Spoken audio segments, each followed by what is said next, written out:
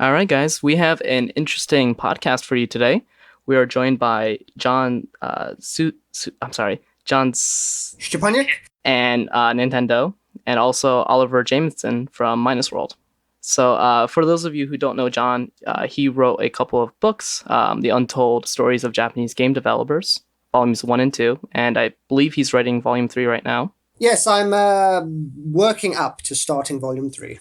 Okay, and he's also written numerous articles for Hardcore Gaming 101 and a bunch of other publications. How long have you been writing? About 12 years now. Okay, so how did you kind of get started? It was entirely accidental, actually. I was going to go to university to study. First of all, I started Japanese at university. And after 3 months, I decided I didn't like it, so I quit with the intention of restarting at the next academic year. And a friend of mine who was Darren Jones, who was then editor or retro editor on Games TM, wanted some Hmm. freelance writers. So he said, "Oh, why don't you write for me?" So I was writing columns over the months. And then I also started writing for Retro Gamer, which was then published by Live Publishing. Retro Gamer, Live Publishing eventually went under, owing freelancers such as myself thousands of pounds. It was then bought up by the newly formed Imagine Publishing, which and Darren went on board to be the editor of Retro Gamer, which was bought by Imagine Publishing. And eventually he said he needed a staff writer, so why don't I come in for an interview with everyone else being interviewed? And I got the job, and it all kind of snowballed from there. So I mean, basically, it was completely accidental. I didn't. It's not that I necessarily started out wanting to be a journalist. So, you didn't study journalism in college. You studied No. Japanese. Yes, for 3 months. That's correct. And then I just I read up, bought some books on grammar and writing, and I kind of learned on the job. That's amazing. Yes, journalism is one of the few careers where you can still start out in a junior position without a university degree and pick up the skills you need and train on the job as you go along. Yeah, that's basically what the three of us are doing right now. Yeah, pretty much. I haven't done a degree that's got anything to do with journalism, but I have to do a lot of writing, so I just applied for journalism related jobs and got one. But it's a student based job anyway, though. And that was easy. That was easy enough to get. Now that's a matter of trying to get into the big leagues. Yes, you've got to climb the ladder. Yeah, it's definitely a slightly. I don't know if I should say it's more difficult or less difficult now that magazines are much less of a thing. Yes, there's the big shift over to digital, which I find rather sad. Yeah, it is a Yeah, bit of a shame. I mean, this might not be an exact number, but I think I heard that there's only something around kind of 40 or so kind of dedicated video games journalism jobs in the UK. So, it's very, very competitive. Mm. Yeah. Also, it's always going to be a hobby for now, and then if something it does show up that's like got lots of money in it for me, lots of money, get something that actually will pay me, then I can make that a dedicated job. Yeah, games Until then, I guess it'll be a journalism hobby. doesn't pay much at all, unfortunately. My recommendation is to find a side related occupation. After about 6 months as a staff writer on Retro Gamer, none of us were paid particularly well. I started looking around for other jobs, and I ended up getting a sub editor job at IPC Media on a sailing magazine. Just correcting grammar, reading through editing articles to fit properly. And the first thing I noticed when joining IPC is doubled my salary, halved my workload, and there was a lot more. It was just a much nicer job all around with a lot more money, and I still continued to write about games. In my spare time. So my suggestion actually for anybody thinking about games journalism is actually avoid games journalism and get a more serious journalism or editing job in an unrelated field. Also, because when you're working on a magazine full time or a website covering games, you eventually kind of become really sick of games. And I never played anything in my spare time, and slowly began to hate the sight of them. So it can diminish your interest in the hobby, working on it all the time. yeah, I know from my experience the amount of time that I have to play video games has dramatically decreased because I'm running Source Gaming now. I think I spend more time thinking about them probably than actually playing Yeah. them. Yeah, same. So how'd you get interested in you mainly cover retro games. Yes.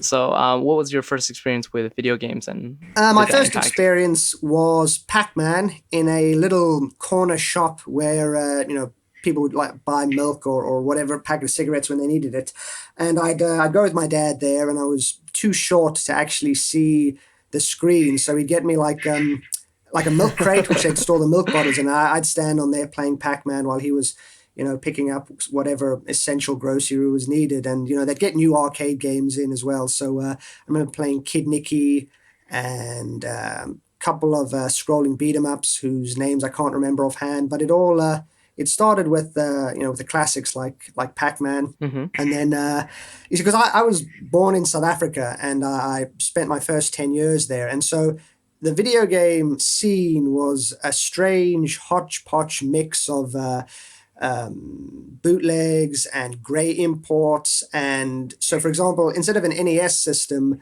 I started off with a Japanese Famicom bootleg with the little rectangular pastel colored cartridges. So my introduction to games was kind of strange in many ways. We got a lot of magazines from England and America, bootleg imports from Hong Kong and Taiwan, grey imports, official grey imports of official hardware from America. So it was a strange blend of European, American, and Japanese games all mixed together. I'm thinking like, man, an arcade machine in a corner shop, you wouldn't find that at all anymore. Oh yeah.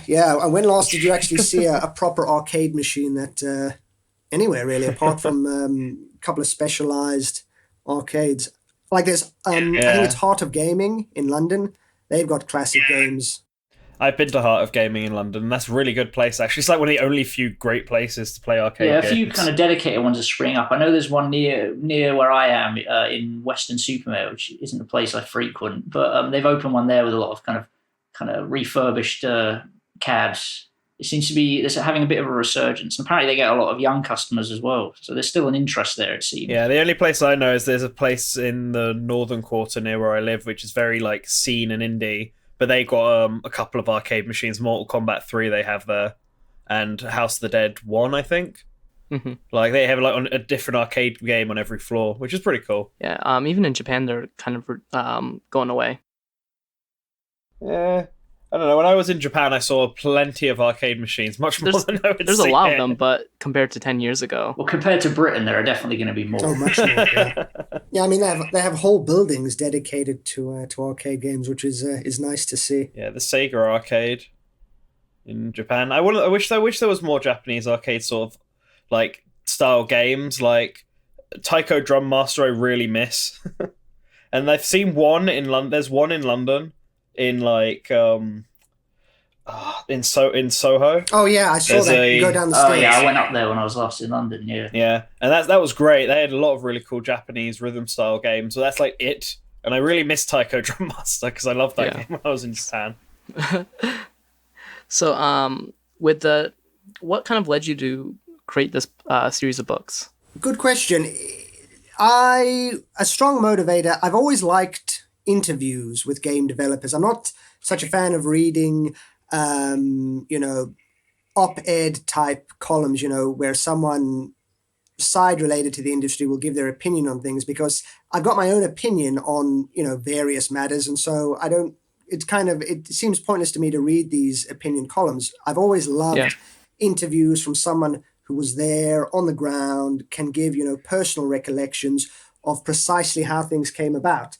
And one of the best interview books I've ever read was when the Tokyo Metropolitan Museum had a big exhibit on the Famicom, the Level X exhibit. And they interviewed, I think it was 10 developers from the Famicom era. So they interviewed Hideo Kojima because he worked on the MSX. They interviewed, obviously, Shigeru Miyamoto, Yuji Horii of Dragon Quest, the creator of Pokemon, Yuji Naka, because obviously Sega was a rival to Nintendo in the Famicom, and they were really, really good, open, candid interviews. I think Koichi Nakamura, for example, they asked him, people say that your programming isn't so good. And he was like, yeah, maybe my programming is a bit sloppy, but, at the end of the day, as long as it does what it needs to do, I mean, that's all that matters, right? And people gave, really, really open, candid answers, the kind which you don't always see because they're often filtered through, PR filters. And I was amazed, actually. I really loved this book because it, revealed fascinating revelations about influences and why specific things came about. Mr. Itoi, the creator of Earthbound, gave some really good detailed insight into how he created those games. And after reading this book, I had this hope or this feeling that there would be more interviews of this nature in magazines and websites, and there wasn't really. Occasionally a freelancer would get a really good interview for Retro Gamer, or Edge magazine would run a good interview, but it always felt to me like there wasn't enough interviews specifically with Japanese game developers for a variety of reasons. And so in my mind, I always thought if I won the lottery, I would, I'd just fly over there and I would just collect a whole bunch of interviews and I'd fix this problem. And then after Tim Schafer had his massive success on Kickstarter and it brought a lot of people there, I thought this is actually a means of facilitating a crazy dream like this. And so it all kind of spiraled from there, originating, with a desire to see more interviews of the quality which I saw in the Level X book. And yes, just a desire to, kind of an insatiable thirst to know more, the inside story, the background to certain weird bits of trivia, because sometimes you'd hear a rumor or, there'd be a mystery which no one ever really, was able to solve. And so I wanted to really, get down to that, those, kind of obscure, unknown little gems of knowledge. And you definitely succeeded. I mean, there's so much information in your books. It's almost intimidating. Thank you very much. Yes, a lot of people said they're too long and they should have been cut down and edited. But right from the beginning, my intention was to keep them long form. I know from experience, for example, I wrote an article on the history of the Mega Drive for Retro Gamer, and Sega Japan answered some questions. I had to liaise with the Sega UK department. They sent the questions over to Japan. The first email I got back was saying these questions are too complicated and too long, trim them down. So I had to then rewrite all of the questions to make them really, simple and just, kind of one point or just seeking one very basic point of information. And eventually I got them back, and, they were actually quite disappointing. I mean, obviously they'd presumably gone through the PR department in Japan, and then they had to be translated by someone at Sega. And I got back, 2 or 3 sentences. So I asked about the Mega Drive or the Sega Genesis modem, which they had in Japan for connecting to networks. And I got some rudimentary answer like, well, yes, we wanted to have network connectivity, so that's what we did. And it's these kind of truncated answers. They didn't provide much flavor. Whereas on rare occasions where there have been long form interviews, it's really, it's a joy to read, the kind of back and forth, little funny anecdotes, much more flavorful interviews. So I was very much determined to remove or edit out as little as possible. One of my favorite bits of dialogue actually is in volume 2, when at Human Entertainment, 3 guys got together. Maybe they hadn't they hadn't worked with each other, obviously, since Human Entertainment closed down, but they were sitting here on the couch, reminiscing, joking with each other, having a laugh. And I remember reading someone commenting saying that there was no real information provided in a particular section. And I thought to myself, that doesn't matter really, because what that section of dialogue was conveying was the camaraderie that these 3 friends had. and it conveys, or it gives a contextual understanding of what it would have been like at Human at the time, because they kind of fell into their old roles of, having a chat, and, Hifumi Kuno was saying, okay, you have to draw the map. And the guy was like, why am I always the one that's asked, to draw stuff? And he's like, because you're the artist out of the three of us. So, make it, the world's going to be looking at this, make sure you do a good job. And even though maybe there were, let's say, 2 pages worth of just chit chat, I think, if you imagine or you overlay the feeling that you got from that kind of dialogue over the other answers, it enriches the overall understanding, of the company and how these people interacted with each other. Yeah, it makes it feel much more natural to read, and that's much more enjoyable than stinted answers. Exactly. Yeah, and posting the full interview is something that we do at Source Gaming. We do a lot of full translations of mostly Smash-related stuff, but we've also branched out and done some other developers too. And I think it's really important that people not read just the headline or just the summary of an article, because there's so much that can be removed and extracted that you don't really get the full picture. Exactly. Context is very important. So there's a ton of developers in the book that you spoke to. Was there any in particular you were extremely happy to have found an interview with? Yes, quite a few. Yoshio Kaki, who is scheduled for Volume 3, he was the creator of Legacy of the Wizard on the Famicom, or the NES, at Falcom. And it took us, a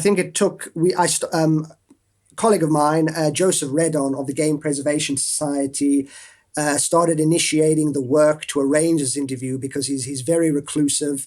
It took more than 3 months actually to actually get him to commit to it. So it was a lot of work involved, a lot of emails, phone calls, contacting his friends to get them to persuade him. But I'm incredibly pleased about that because he eventually agreed to the interview and revealed a lot of interesting inside information about Falcom, how Falcom operated.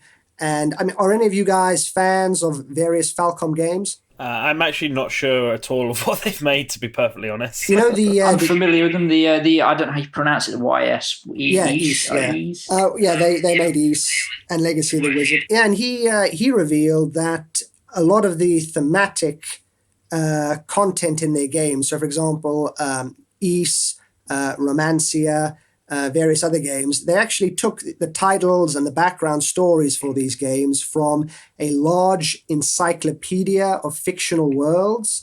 There was a specific book which tried to document the various fictional worlds in different media.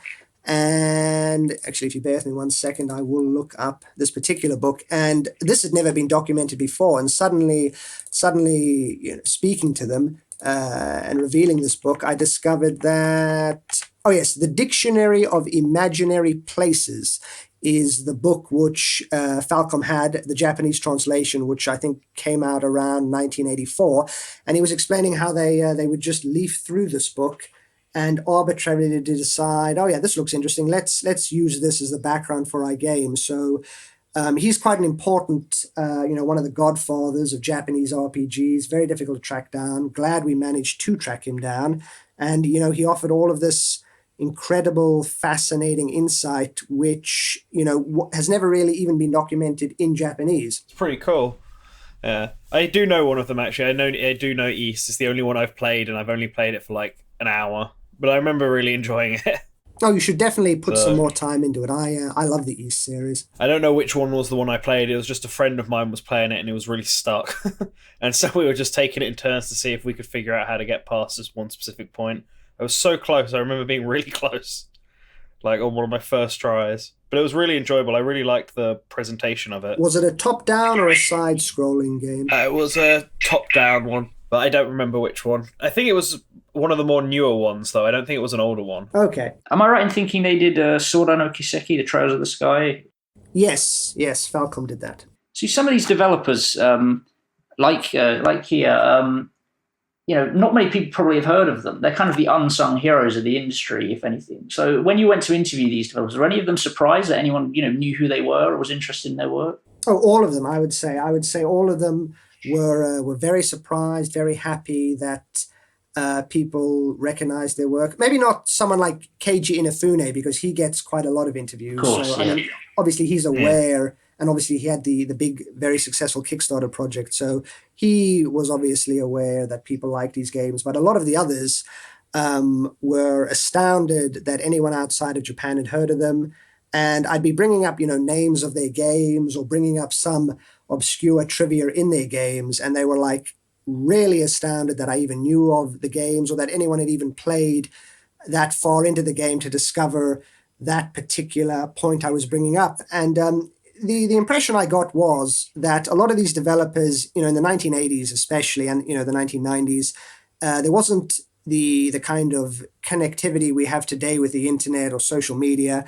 And so a lot of these games, they would produce them, a publisher would then publish them, and it was almost like sending messages out in a glass bottle, throwing them out to sea and wondering if anybody would ever read them. And only in later years, and they didn't really get any feedback on how successful a game was, or I mean, some of them, if a game had one of those registration cards and they wanted people to write in with comments, they get feedback on the games. But a lot of the developers I spoke to were completely unaware of the success of their games or the effect or the influence it had on players and developers. It was kind of sad, actually, really, when you to think about this. Definitely. I heard the same thing with Brave Wave Music when they were contacting musicians.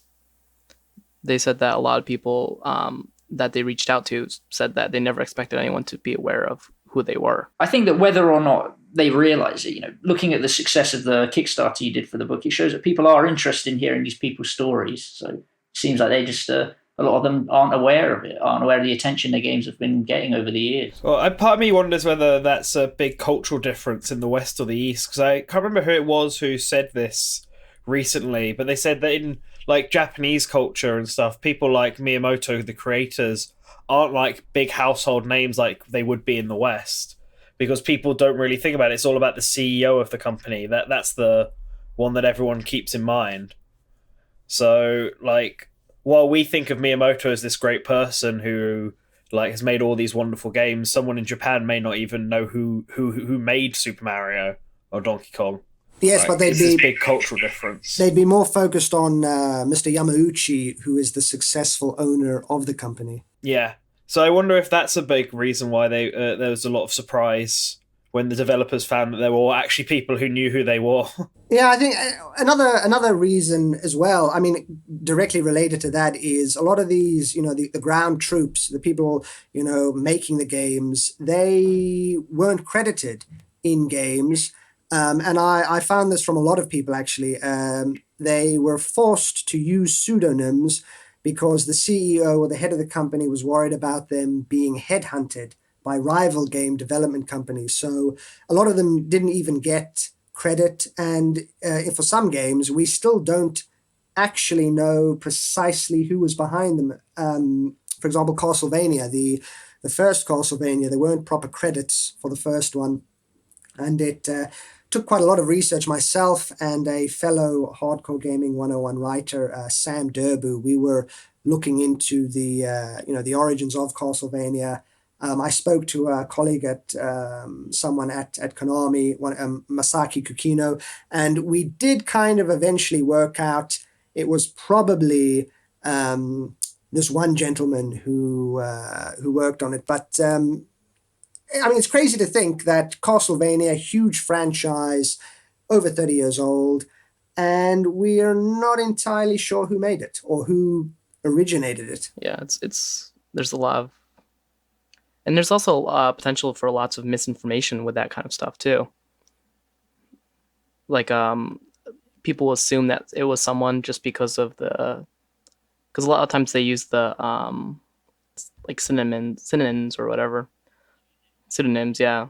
Yeah, and then you've got to try to work backwards from the pseudonym. Yeah, I found it. Yeah, it's as best we can tell, Castlevania, the original creator or conceptor of it was Hitoshi Akamatsu at Konami, but no one's been able to track him down. He seemed to have disappeared from credits sometime in the early 1990s, and that's pretty much it. So, kind of going off of that, is there anyone that you wanted to interview for your books, but you couldn't get hold of them?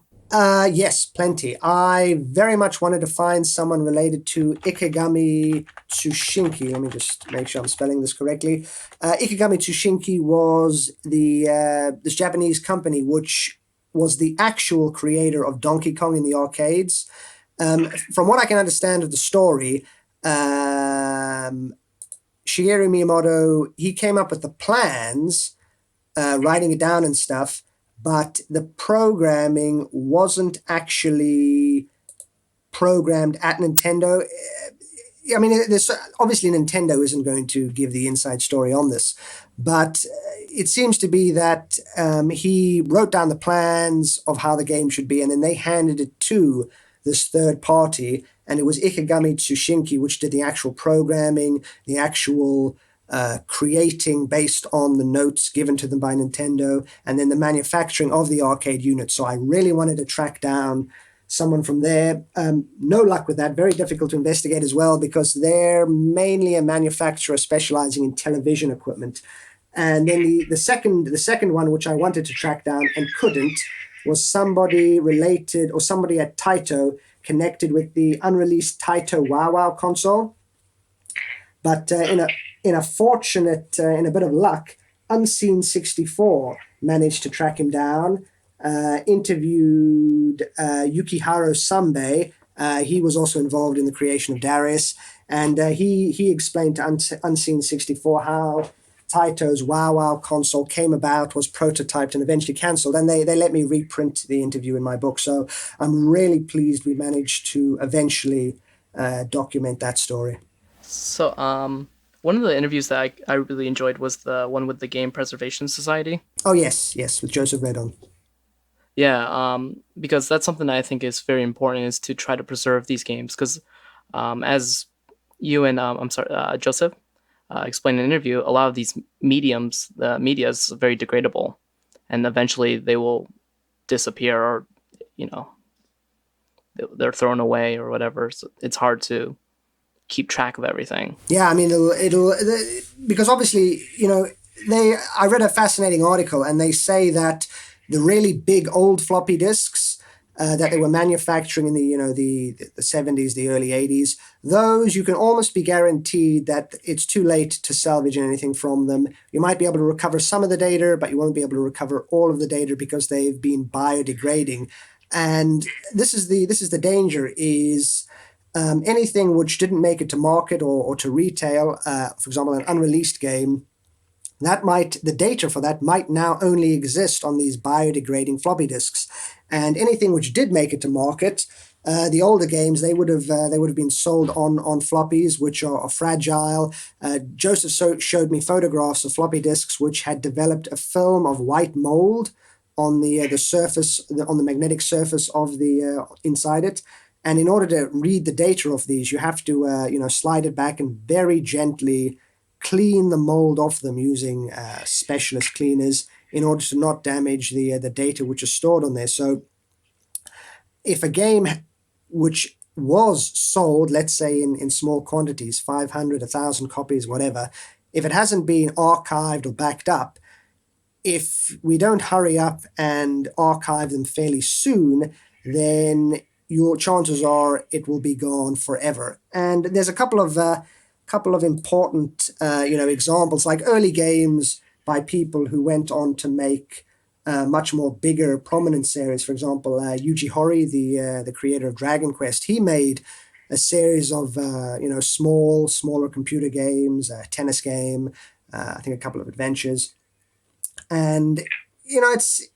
Although these games might not necessarily be something you want to play through from beginning to end today, it's you still want to have an archived copy of it, to look back and see, oh, this is the origins of this person who had an enormous and very influential career.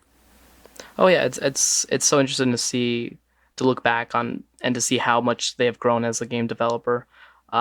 We were actually interviewing James Montoya, who with Way Forward, and he directed Shantae and the Pirate's Curse.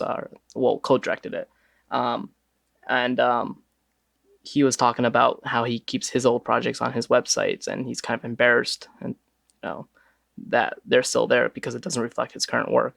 And I tried to explain to him, I was like, no, this is amazing because it just shows that anyone could really become a game developer if they just put the time and effort, if they try. I know that at the most recent games developers conference, Frank Cifaldi, who works for Digital Eclipse, he gave a really good talk about the kind of the benefits of emulation in preserving games. And he gave a statistic from the Film Foundation, which is that over half of the films made before 1950 are just completely gone, and there's no way of seeing them.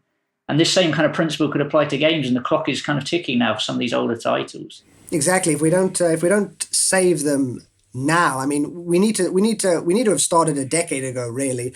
But if you don't start now and work at it really hard and fast, it's all just going to it's going to biodegrade, and then be lost forever. You were mentioning how someone's early games, how that guy was a little bit embarrassed about it. A lot of big developers had interesting, odd, curious games like Cliff Bashinsky. He made Jazz Jackrabbit for PCs. This kind of cute platformer before eventually leading up to Gears of War. So I mean that's it's fun to look at how someone has evolved as a creative force. Yeah, and you can kind of see what kind of themes are important for them, because usually something in the earlier game is kind of brought back. Or so one of the developers one of the interviews I really quite liked was the one with Zune from Volume 1, the creator of Toho Project. What was it like interviewing him? Because I heard he's a bit notorious to try and get interviews with and stuff. Oh, he's very reclusive. I can credit the interview with Zune solely to his friend Yoshiro Kimura. Kimura made Little King's Story, Rule of Rose, several other cult classic games. Tulip, the kissing game on PS2. I interviewed him, and actually at first I met Yoshiro Kimura and Zune at the Indies stream party, which I was invited to by Koji Yokota. So I went there, swapped a lot of business cards with people, met Kimura, who I was going to interview anyway, and I asked him, "Oh, could you set up the Zune interview?" And that was all down to him. He spoke with Zune, persuaded him to do it.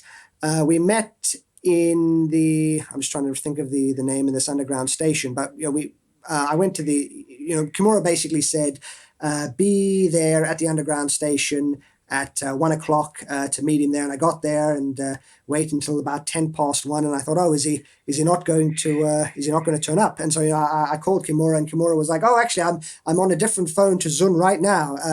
He just called me, and he was saying, wondering, if the journalist was going to turn up. And turns out we were just around the corner from each other. So that was great getting to interview him. Nice as well because he worked at Taito, so I got a bit of inside story regarding some of the games at Taito. Apparently, Taito began work on a lot of games which eventually ended up not being released. For example, Bujingai 2 and a couple other titles he spoke about, and that was ultimately the reason why he left Taito. Was it was quite demoralizing for everybody to put a lot of effort into a game which would ultimately just be scrapped. Oh. Did he give any reason for why some of these games were scrapped? Because that seems really interesting. No, actually, he was nervous about making any kind of statement about the unreleased games, obviously because, under NDA and various things of that nature. Just said that, we got really far in it, we put a lot of effort.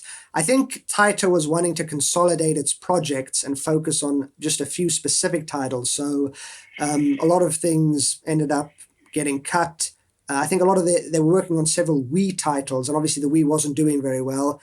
And they probably thought it would be more cost effective just to cut the project before it was finished rather than trying to push it to market for a console which ultimately ended its life fairly early. You, with this kind of nature of work, you work around a lot of NDAs. So how does that Has that ever been an issue for you? For me personally, no. I hate NDAs. I would never sign an NDA a couple of people have said to me, oh, I've got this really cool, not just with the Japanese interviews, but in general, they'll say, oh, I've got this really cool secret. Can I tell you, if you're not going to tell anyone else? And I'll usually say, actually, I'd rather not know that, because to me, if somebody tells me something, it feels like a burden. I feel like I'm then obligated to somehow preserve this knowledge, because I think to myself, what if they die? What if I die? Then the secret could be lost forever. So, I mean, with this project, I made an arrangement with my friends and family that if I were to be run over by a bus, they would have to post the laptop to some colleagues in Japan who could then make use of all the data which was saved on it. So, with regards to interviewees, a few of them were kind of hesitant about discussing things if a company was still around, because obviously they wouldn't want to upset the company. And some of them actually did say, they'd tell me something and then they'd be like, oh, can you put that off the record? And in the volume 1, I had a lot of redacted statements, which I put there. A lot of people were upset with the redacted statements because they thought I was, kind of teasing them that I had this information that they couldn't have. And really, I put the redacted statements in there so that, first of all, people would know this individual has a bit of knowledge. It hasn't been documented, but it's interesting, in the hope that, maybe in 5 years' time, another journalist interviews them and they're a little bit more relaxed about it. And then somebody can say, oh, you gave some mysterious redacted statement to John in 2013. Do you feel comfortable discussing that? Hopefully maybe they would, and then eventually it would be documented. And then for volume 2, people were really upset about that. So for volume 2, I took a different approach.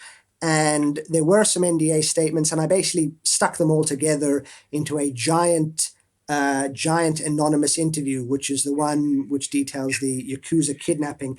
That, as I make clear in the beginning of the interview, I think it's 4 or 5 different interviews which the person felt uncomfortable discussing because the content was under NDA, but they were all happy for me to splice them all together into a kind of Frankenstein type interview. So I think the topics covered were the Konami Batman license, the Sega Golden Axe game, which was actually being done by Sega of America, and they were hiring some Japanese artists, and then that was cancelled. That was under NDA, and he didn't want that documented.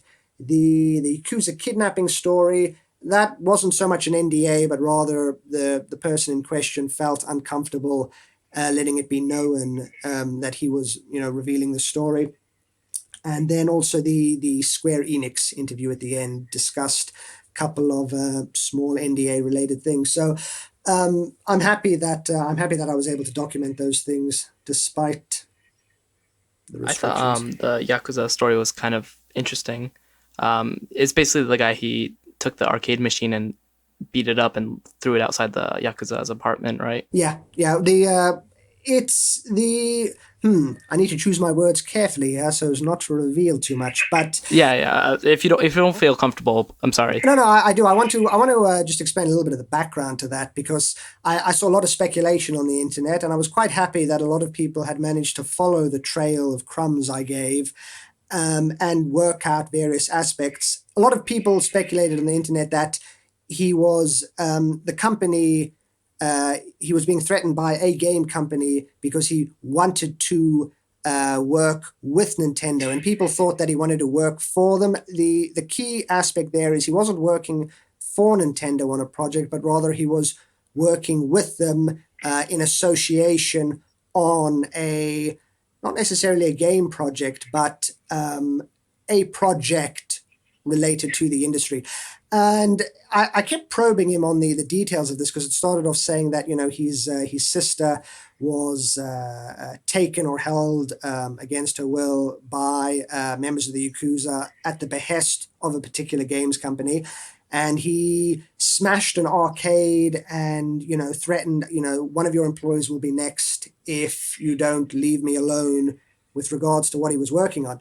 And eventually it came out that he actually got a colleague of his to, or rather it came out that actually the arcade machine was delivered by truck, and it was a colleague of his that had to deliver it because he didn't have a driver's license, and it was in the middle of the night, and they actually just dropped it on the ground, hence it being damaged. And his threat in the end was a kind of politely worded letter saying one of your employees will be next.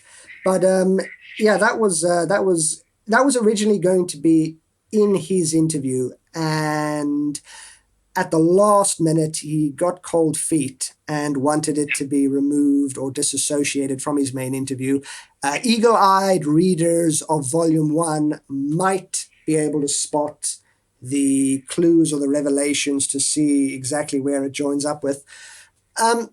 Comments on the Yakuza actually came from a lot of different places. A lot of games companies that were involved in the arcade business had connections to Yakuza.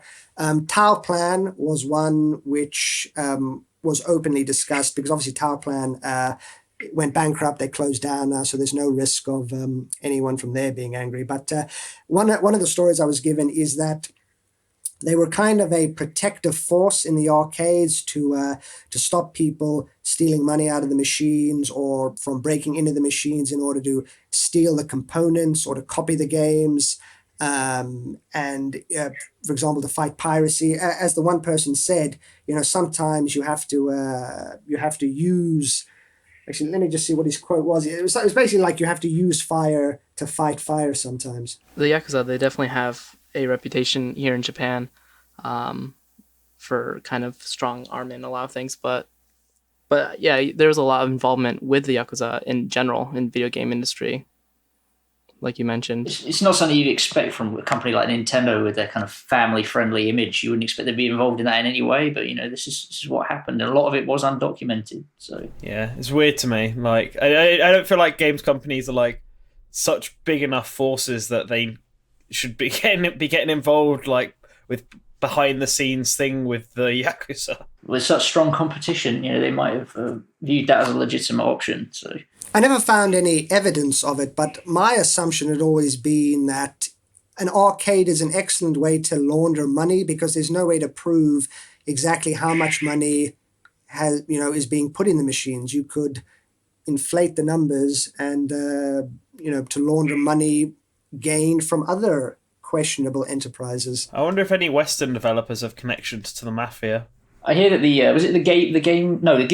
Gizmodo, the Swedish console, there are kind of rumors that has some kind of crime connections. I'm not sure about the details. Yes, I can't remember if I saw it online or if it was in an issue of Edge or Games TM, but that whole Gizmondo thing, it was an immense train wreck of just madness from beginning to end. And I think one of the guys behind it, ended up being arrested by police because he was under the influence and crashed one of his expensive fast cars, which he'd purchased with the money he'd made from that. But that was all kinds of madness involved with Gizmondo, according to various research into it. But stuff like that I find fascinating. I suppose one of my strongest motivations with anything I do is I love obscure or the undocumented, something which is just out of sight, and there's a feeling of not being able to get access to it, or that you might not be able to get access to it in the future. So there's a desire to grab onto it and hold onto it, and make it public, and then it's kind of safe and it's not going to disappear. Yeah. One of the things that I've been thinking about a lot recently is how to actually organize information. And I wonder if you had the same issue, is that there's just so much information that you have or that you want to share, but how to compile it and to make it accessible is kind of the challenge. Yes. I used Excel to keep a list of every interviewee, and then it was a case of every person I interviewed, I made a resources folder for them, which I dumped photos, previous interviews online, or scans of magazines. And so I've got a big profiles folder, and inside that there's about 85 or so folders for every interviewee, one for each interviewee, filled with information related specifically to them. But I agree with, for example, these interviews, these long form interviews, and this is something which did trouble me is there's a lot of disparate or sometimes disconnected information, which is interesting in its own right. And really, it's all just kind of clumped together because it's coming from a single individual. And something I was thinking about after finishing Volume 3 is to go back through the interviews, cut out the chit-chat, and just focus on the hard facts or the trivia revelations and putting them all together under a kind of a theme. So, for example, Hardcore Gaming 101 made, the classic Sega arcade games book, and that just focused on Sega arcade games. I mean, I'd like to take information and maybe put it together to focus on, later Sega, or, look at just the arcade revelations and make a book focusing. So I'd like to kind of filter the information into individual publications which focus more on specific things. Unseen 64, for example, is doing a book on unreleased games, and they've got, I help them out with notes and information, a lot of those. And I'd like to do something like that. I'd like to pick a very narrow, specific theme or topic, and then take information from the interviews and put that and focus specifically on that topic. So you don't have to go through so many long interviews if you want to get to just, what you like. But and also I've been extracting stories and putting them on, Gamasutra. So it was the anniversary for the TurboGrafx 16, and I looked through all my NEC PC Engine interviews, stripped out relevant points, and I just put them into a single article. So it is definitely difficult conveying information in an easily digestible and segregated manner. Yeah, and one thing that I've noticed with the content that we release is that most of the time people won't take the time to read through it all. So we've had a lot more success, even though we just kind of started on YouTube and on iTunes. And I think that's why a lot of print has gone on the wayside, is because people aren't willing to put the effort to read. So I was going to say, I guess this is an interesting thought. Have you ever thought of doing an audiobook version of your Goliath of a book? Well, you have video, right? Yes, I produced a DVD, but the DVD originally started out thinking, I'll just put some video files of the interviews themselves, and there is certainly interview segments on the DVD, but I found that that was actually very difficult to work with because, some of the interviews were like 4 hours long, and the two DVDs, I think, come to 4 hours anyway. So in the end, I changed the remit of the DVD to be more of a kind of a travel log, travel journey type thing. Though there are, Hardcore Gaming 1 has been putting it on YouTube, and I know I visited the old Hudson Laboratory in Hokkaido. I was very fond of that video in particular. The Hudson train. Yeah. And then we spliced in some of the Hudson train advert footage, which they had. So, that got a lot of hits. So, over time, HG101, because the DVDs ran out, so they're not available to buy anymore. But HG101 is going to be putting them on YouTube for free. So, please check it out. So, another question I had to ask is more about how it came about making this book. Mm-hmm. So, did you publish the book yourself, or like what's behind that? Because I went to have a look at the publisher, and it's SMG and then your last name. Oh yes, SMG is when I purchased a series of ISBN numbers, and they wanted I purchased 10, and they wanted it assigned under a publisher's name. So I just invented that's like the publisher name, even though I'm the author. But it's self-published through CreateSpace. And you actually just recently released a new book, right? The Adventures of Coffee Table Man. Oh my God, you didn't read that, did you? That was a joke. I just did that for a laugh. Sometime around 2007, I woke up incredibly hungover, and I had to post an item which I'd recently sold on eBay. And I was looking at my coffee table, and the vision came to me of, imagine if the coffee table had a head, a kind of anthropomorphic coffee table. So I, in a blur, I sketched this on the side of the envelope and posted it to the person who'd won the item. And they emailed me back saying, thanks for the comic. It really brightened my day. It was really funny. So I thought to myself, oh, obviously, if this person likes it, maybe I'll continue doing that, just for my own personal amusement. So I sent out about 30 or 40 eBay packages over the years with these random little comics on the outside. Some people loved them. Some people didn't like them at all, and they were like, "Why are you graffitiing the outside of this?" My postman had to see this nonsense. And then, so I mean, that was just a bit of amusement. I thought I'd put them. I kept a copy of them over the years, and then I did a couple of extra for the book. So yes, that's not a serious creative endeavor. That's just me screwing around. Have you seen the inside of it? I saw the outside, the images that you posted on your Kickstarter. Oh, right. Yeah. His organs are all contained in his beard. Yeah. Wow. I'll email you a PDF for free if you want to.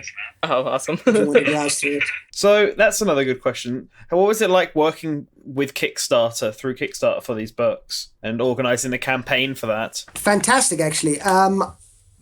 My personal view of crowdfunding in general is I hate crowdfunding and I'm never going to use it again because I don't like the whole kind of democratization of creativity, and I regarded it as just a means of pre-ordering an item like you'd pre-order from a shop. But a lot of people like to be really involved in the creative process, and I suddenly went from having one editor when I wrote for Retro Gamer to suddenly having 1,000 editors. And I said to them, okay, so here's the platinum cover. Which does everybody like?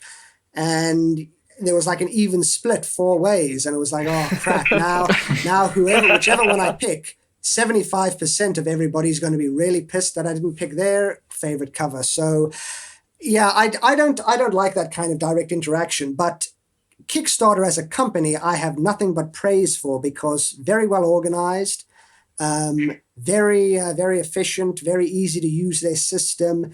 After it ended, it was very easy to separate the backers into, which tier they'd backed. There was a little tick box as well. So every time once you've sent off your award, you can tick it, to keep it organized like that.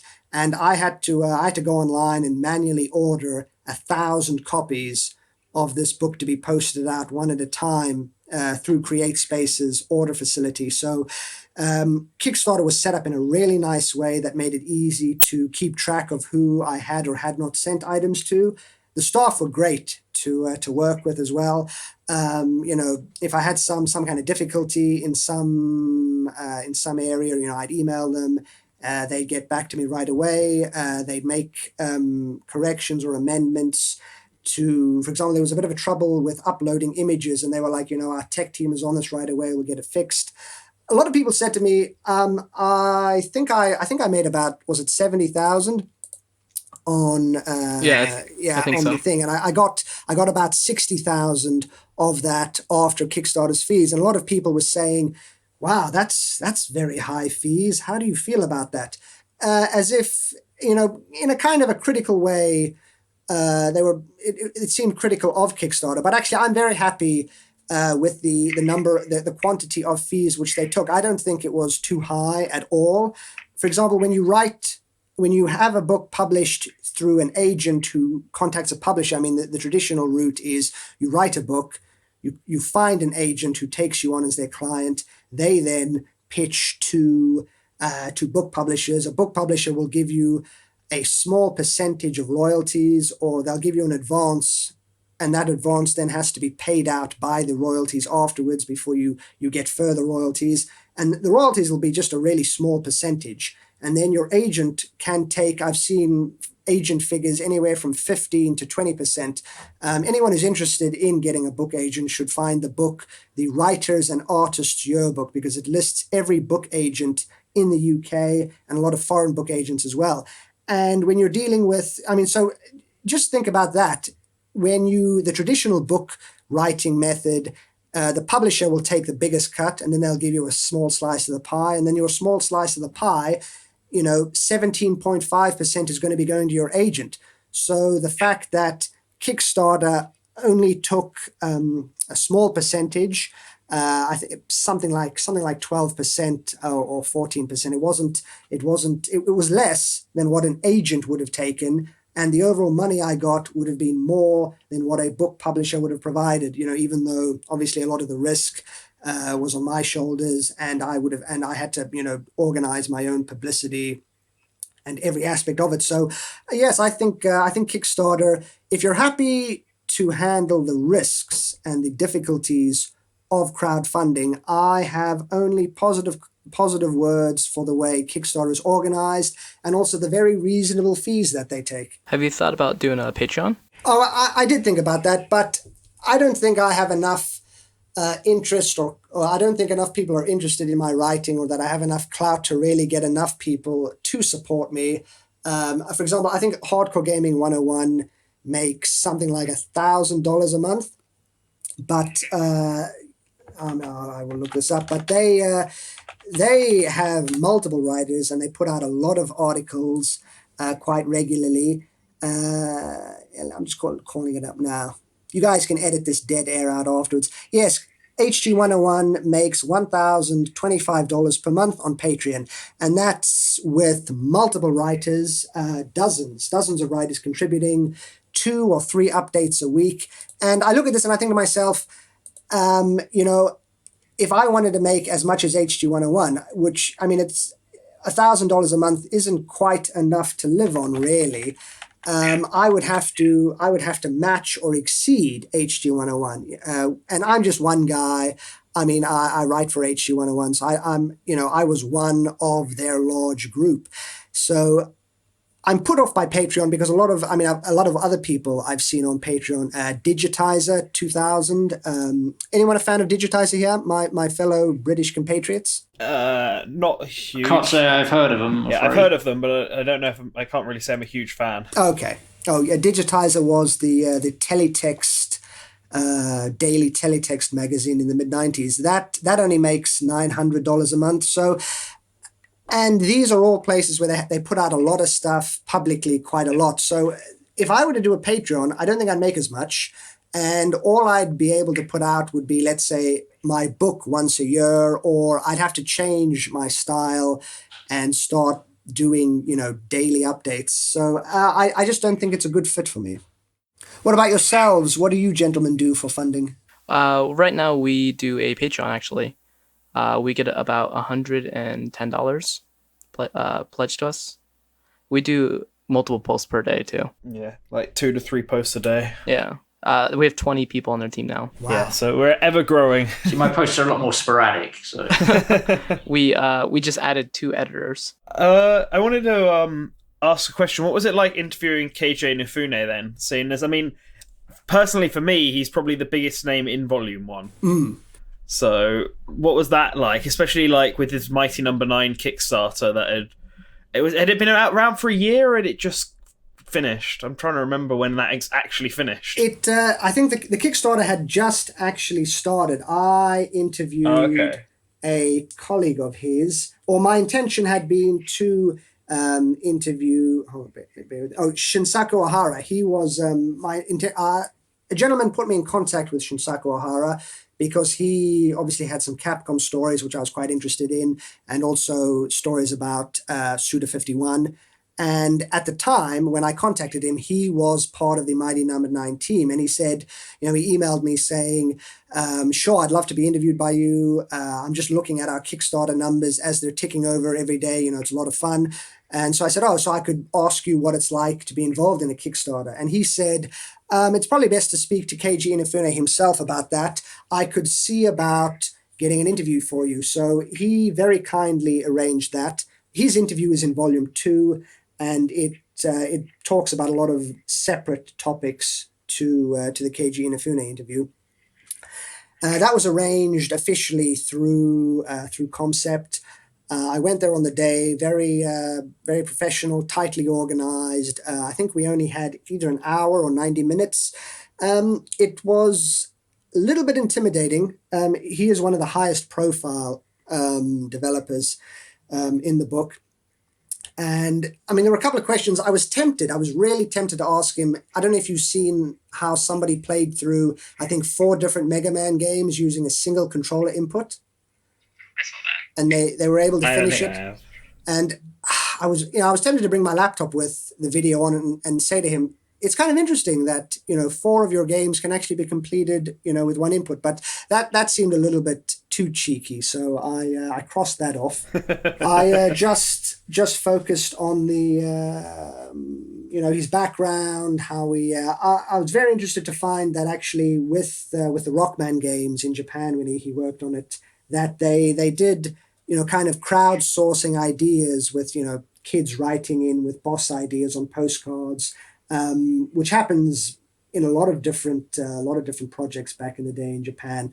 So, I mean, in a way, as he pointed out, in a way, the ethos behind crowdfunding today existed back then as well, except in a slightly different format. Readers or consumers could and often did contribute directly to games being developed. And also, I wanted to ask him about Akira Kitamura, who is the actual creator of the Mega Man character, and he left. I believe he left partway through the first Mega Man game. There was a bit of tension between him and Capcom. So, I wanted to, because a lot of people say that Keiji Inafune is the creator, but the design of the character itself, I believe, is more attributable to Akira Kitamura. So, yeah, every interview, I really wanted to get, the true story, the true originator, the true precedent behind each thing. And also maybe to correct some misunderstandings. I think correcting misconceptions is a big part of what we like to do. So, I feel like that's if I was to ever get around to interviewing some bigger developers, I think that I would aim to try and get questions that fix fan mistakes or misunderstandings or stuff that got mistranslated and so contradictory information that's around that doesn't seem to make much sense. So, what are some big examples that you'd like to correct? Well, a lot of things that we've corrected within the Smash fan base were what characters were actually considered or planned or even started on in the various games.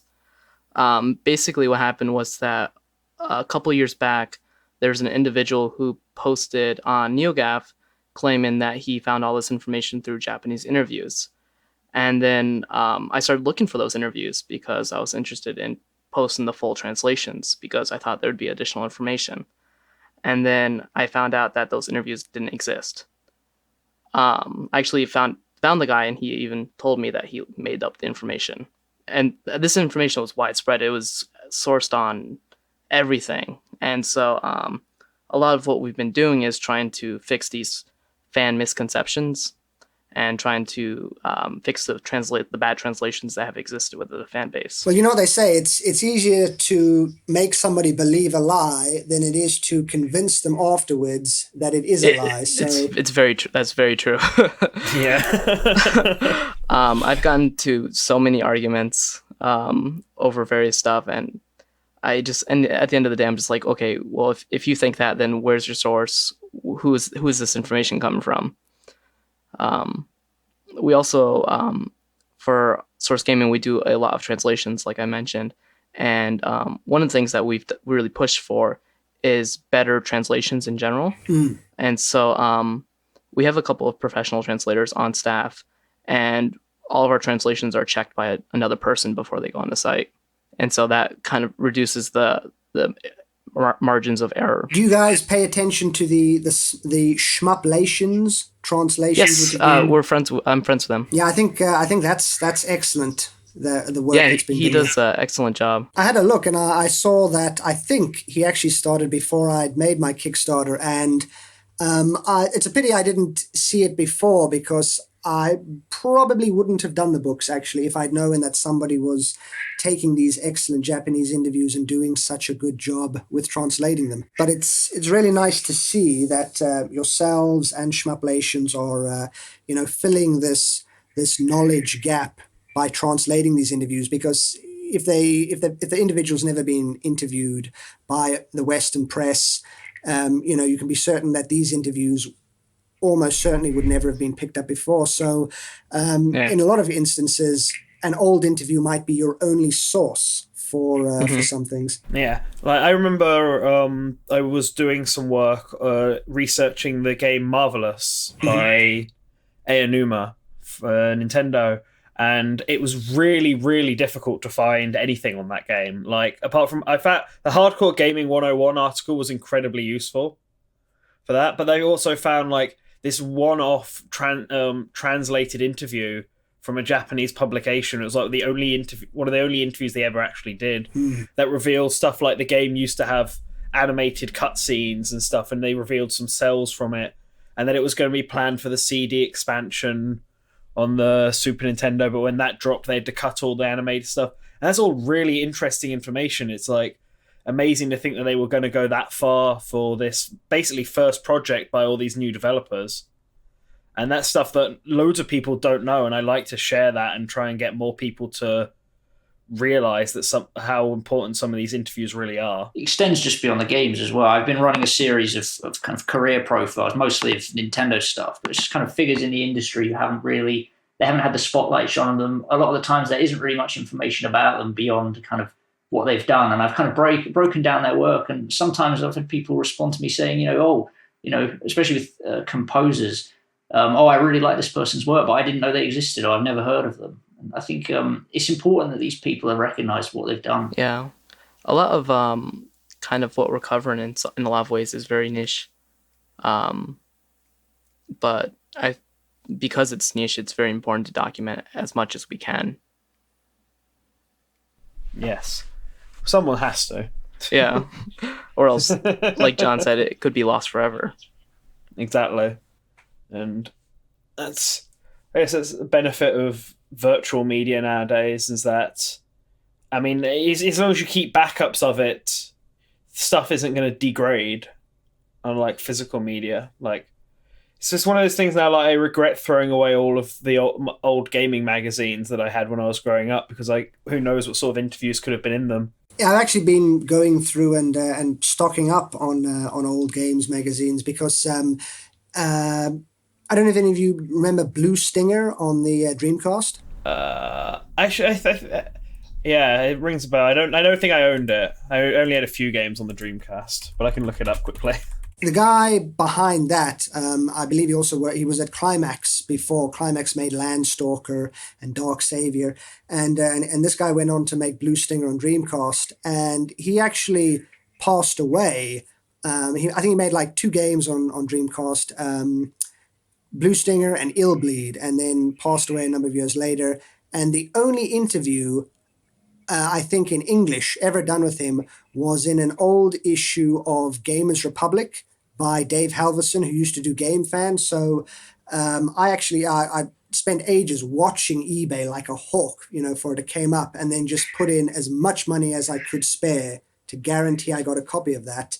And now I have, because it's literally the only time his words have been documented in English, and he talks about, now that he's passed away, you'll never get that opportunity again. So it's definitely worth hanging on to old magazines, or if you're forced to chuck them, then make scans of the valuable pieces. That brings up a good thought I had in my mind. There's one game director that I'd love to try and figure out what happened to him, and that is Shinichi Shimomura, who, I don't know, do you know who he is? No, I don't. Please enlighten myself and our listeners. Well, he worked at HAL Laboratories in the 1990s, and I guess probably maybe even 1985 as well. He's the other major director of the Kirby series, apart from Sakurai, prior to Sakurai leaving. And he did the Kirby's Dream Land 2, Kirby's Dream Land 3 and Kirby 64 and the Crystal Shards. And then he just completely vanished. He completely, he didn't do any other Kirby games after the 64, and I can find no record of what actually happened to him. Some people say that he passed away, but I can't find any sources saying this, so this is like another sort of thing that I'm not sure is misconception or not. I can't find any interviews with him. Like, he's a total mystery. He's just credited in, like, tons of games. Or not tons of games. He's credited in a bunch of major Kirby games for the Super Nintendo 64 and Game Boy. Yes, I'm looking at his profile on Moby Games now. And it's something that I'm really interested in trying to figure out what sort of happened to him. Like, did he actually pass away? Did he leave HAL beforehand? Or, like, or is this just a name that's, like, you know, someone's used a pseudonym or not? Like, and it's really interesting to try and figure this out, I think. Yes, the pseudonym point is a very good question. Sometimes a lot of developers used kind of weird, jokey pseudonyms with numbers inside them, or they call themselves Red Fox or whatever. But a lot of other times, a developer would use a pseudonym which would seem like a perfectly normal name. For example, the director on Castlevania 4 on the Super Nintendo, he gave himself a nickname based on a TV show character. And, you know, I look on Moby Games and there's two different profiles under his real name and then his pseudonym, but it's actually the same person. So I suppose, I mean, in your case with Shinichi Shimamura, it'd be worth trying to find a colleague who worked with him on any of these other games and ask them, you know, is this his real name? Does he go by another name? Do you know what happened to him? Of course, because it's a Nintendo game, you know, it's very difficult to find anybody who will talk if they're still at Nintendo. And most people who seem to have worked at Nintendo don't really want to talk about their time there. For example, you know, Dylan Cuthbert, he worked at Nintendo, did a lot of things, and he's very reluctant to give any kind of specific details on anything. So, I mean, you've really got your work cut out for you. Well, I feel like this guy, I mean, because he technically worked for HAL rather than Nintendo.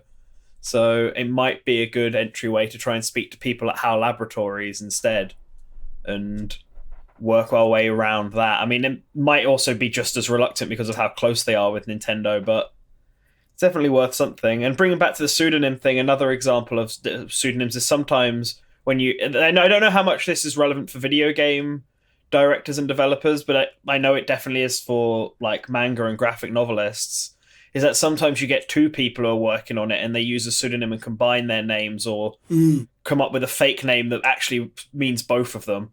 I know the authors of Death Note did that for a bit, and they reference that in their series Bakuman, where everyone thinks it's just one person who's writing this series, but it's actually two people, one doing art and one doing the story writing. And I wonder if that's used often in video game development as well for people who want to hide their names. Well, I know there are three people with the name Naoto Oshima in the games industry, and none of them are related to each other at all, but people mix them up.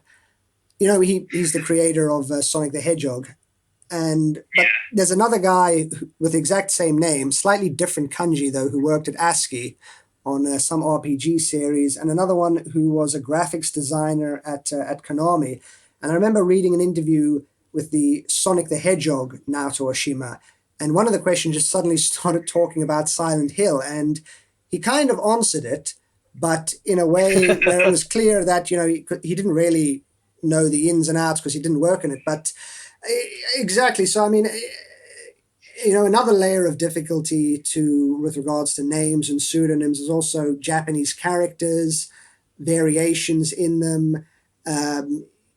You might know how to pronounce somebody's name in English, but then if you wanted to do a Google search on them, you've got to find the exact kanji method of writing them. And some people will have, you know, obscure or difficult version. Like they won't have the easy way of writing it in kanji. They'll have like a really obscure, obtuse kanji, which has the same pronunciation as like an easier way of writing it. So exactly, there's so many difficult or challenges to overcome when researching Japanese, any creative media in Japan, really. Yeah, because in addition, you have the language barrier on top of it. Both written and spoken. I'm actually looking up the kanji for Shinichi right now. Okay, I think I found it. Anyway, so one of the other interviews that I found kind of fascinating, kind of not totally related, but was the Zanesoft interviews Oh where he yes. talked about the company beatings. Very very brutal, but it seemed like the interviewee was almost very nostalgic about that time. It was that interview was another one arranged by Joseph Redon, and then a lot of the questions in the background I was assisted by a gentleman from Australia whose name escapes me at the moment, but yes, that so that was kind of because obviously Zinesoft. Mike, I think it was a gentleman called, Mike Pavuris. He helped with the questions in the background because none of their games ever reached the West at all or were even released on consoles. So it was totally new territory for me. But as Joseph Redon explained, the company had a notorious reputation in Japan. If you check Koji Yokota's interview in Volume 1, he talks about a friend of his, Jun Mukai, who had to run away from Zinesoft, and in order to get away from the sphere of influence of the guy who ran the company, he headed all the way from Osaka to Tokyo. And then the gentleman I interviewed was a different employee that worked there. And it very, very tough conditions, low wages, brutally long hours. They would, most games 6 months or longer to develop. They develop a game in 3 months. A conversion from one hardware format to another would normally take another company 3 months to do. They were doing it in a week. And so their games were incredibly buggy, but always copying another popular game. So, for example, a popular RPG by Falcom, they'd make a kind of a clone of it. And it captured, the interest of Japanese players because they'd hear rumors around the tough conditions for staff, and they'd play these wild, insane, buggy, strange games. And so it developed quite a mysterious, reputation. A lot of people thought it was actually funded by the Yakuza. But in the end, it turned out not to be the case. And the guy who I spoke to, I said to him, it almost sounds like you developed a kind of a Stockholm syndrome because the guy threw him over a desk into a computer, which ended up breaking. He'd force staff to work long hours. Would punch or kick them, but he still had this kind of devotion, to the company and getting his project finished. And I think first of all, it plays to it speaks volumes of, the dedication and the passion of these people. A lot of them, some people would work at games companies after school. A lot of 14-year-olds, Jun Mukai, Mickey Albert, he was 14 doing a part-time job at Falcom. This guy joined Zinesoft quite young. They really, really loved games, loved making games. And so a lot of them put up with difficult conditions, low wages.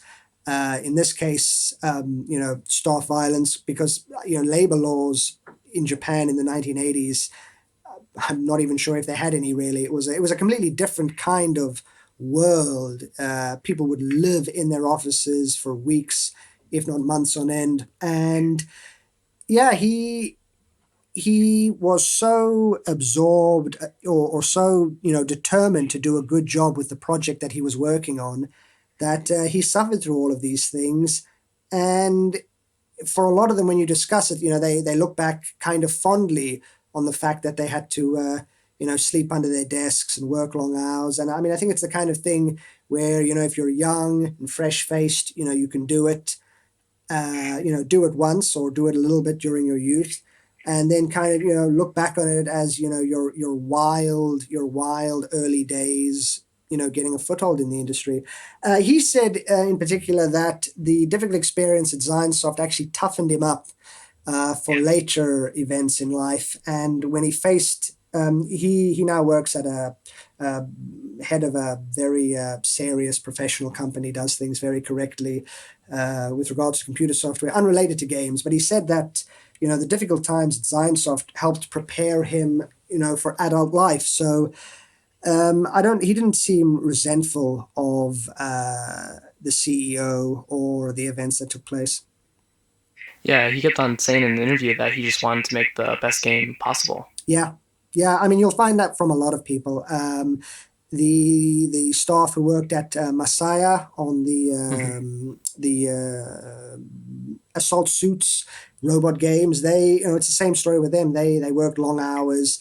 They slept in sleeping bags in the office. They just wanted to make the best game that they possibly could. There was a lot of them said, actually, Masaki Kukino said the same thing. People would sleep in their office and work long hours at Konami, but it wasn't that Konami forced them to do it. It's more because, they were there voluntarily. They wanted to be completely absorbed in that. Actually, a couple of days ago, there was a big story on Lionhead. I don't know if anyone here read that. I might have read it. I've been trying to keep up with the Lionhead stuff. Because seeing as they just closed down after all. What was the exact article? Was it with the European? Is it the Peter Molyneux one? Yes, on the 12th it came out, so 3 days ago, by Wesley Lin-Poole on Eurogamer. Lionhead, the inside story. And they say the same thing as a lot of the Japanese interviewees I interviewed. When they started off at Lionhead, basically the entirety of Black and White, it was almost all crunch time. They were in there all the time. They lived in the office practically. They'd eat takeout every night because they stayed so late. And they were all doing it because they really wanted to. And, if you're on a passionate project, that you get absorbed in, like with the book, with volume 2, I was working Monday to Saturday. I'd get up at 8, have a coffee, start working on it. And, before I knew it, it was 10 o'clock at night. And I had, the entire day had been absorbed into the creation of this project. So I think it's the same in any field, anywhere in the world, really, if it's something you love. This is a good segue to another question I was going to ask you.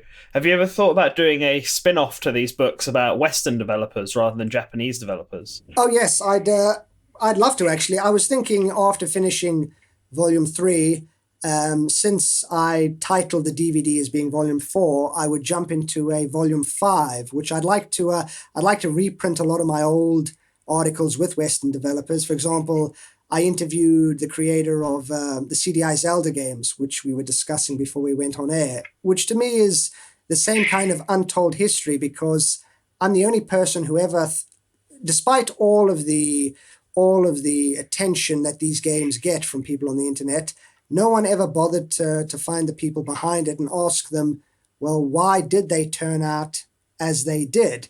And because a lot of people don't like them, obviously. And so, I tracked him down, took quite a while. He changed companies. He changed names, actually, after he got married, because his wife wanted a more poetic sounding name. So he changed his name from Disharoon to Desharon, which made it difficult to track him down. But I found him. I got the inside story on how these CD-I games came about. And then he passed away from leukemia about a year later. So, which I was very saddened by, actually. But at the same time, I'm glad that I made the effort to try to find him, to document this untold story. A couple of years back, I interviewed one of the creators of the BASIC programming language. Now I think he's in his 70s now, because they created it in the 1960s at this large university. That was published in Game Developer magazine and then later on Gamasutra. So, I'd say really from whenever I started writing about games, I've always tried to document the untold history of whatever I'm looking at. And if I finish Volume 3 and I still have, the energy, which isn't necessarily that likely, I would like to collate all my older interviews with lesser discussed individuals, and also get some fresh ones. I love obscure stuff. I love the unknown. It's like being Indiana Jones when you find someone and they say, yeah, I worked on this game. I didn't even realize anybody played it. And I was like, and I would always be like, you have to tell me everything. For example, the Akira games, one game on the Amiga that actually made it to market. It was awful, but all of the others were unreleased on the Super Nintendo, the Mega Drive, the Mega CD. Yeah, the some Game footage Gear. just came out recently, didn't it? Sorry, what came out recently? Some footage came out, I think, from some kind of consumer show the year. Yes. Mega Drive Akira game. Can't say it looked brilliant, but I mean, it's still something I think would be cool to try to have a bit of a play around with. I interviewed a couple of people with that, and I interviewed the guy who worked on the Super Nintendo version, and he explained how it didn't really get very far. And someone who was involved with the Game Boy version saw that interview, contacted me, phoned me. I did a bit of background research to verify who he was and that he was who he said he was. It checked out, and he was telling me that actually he thinks even if it didn't make it a market, they definitely finished the Game Boy version because he had like a box filled with the retail Game Boy boxes of the Game Boy version, and he put it in a loft somewhere. And I was like, oh my God, this might be, if it never made it to market, but you actually have the retail copies, because I mean this has happened before. People have found old Atari games that were manufactured, boxed up, hidden away, even though they were never actually taken to the shops. And so he's going to try and see if he found the box, see if he's still got it. Sorry, how did this question start? Sorry, I went off on a tangent there, gentlemen. I seem to have lost where we started with this, but yes, there is so many untold stories in Japan, in the West, with any creative medium, not just games, but films, manga, music. And, it's a thrill to discover something totally new. Yeah, definitely. Yeah, I completely agree with that. All right, well, thank you so much for joining us, John. If I remember correctly, people can purchase the Untold history of Japanese game developers on, is it CreateSpace? The color version can be bought through CreateSpace. Actually, the color and the black and white can be bought through CreateSpace. I get a slightly higher royalty, but generally Amazon is fine. If you've got the link to the Hardcore Gaming 101 page on, for example, Volume 2, there's direct links to the Amazon US and the Amazon UK sites, and that should also have, once you go to the Amazon page, you can also purchase the Kindle version if you prefer it in digital format. That'll be in color as well, whereas the print version is in black and white. But yeah, Amazon, or just do a search in Amazon to find the volume that you want. Thank you very much for inviting me to be on the podcast. I really appreciate it. Oh, no, it was a pleasure. It's been our pleasure. All right, and you can also check out Oliver's stuff at minusworld.co.uk. If you're a fan of the show, why don't you check out our Patreon? It's at patreon.com/sourcegaming. Also, make sure to follow us on Twitter using the @allsourcegaming. Let us know what you think of this episode either on Twitter or on our website at sourcegaming.info. Thank you and have a great day.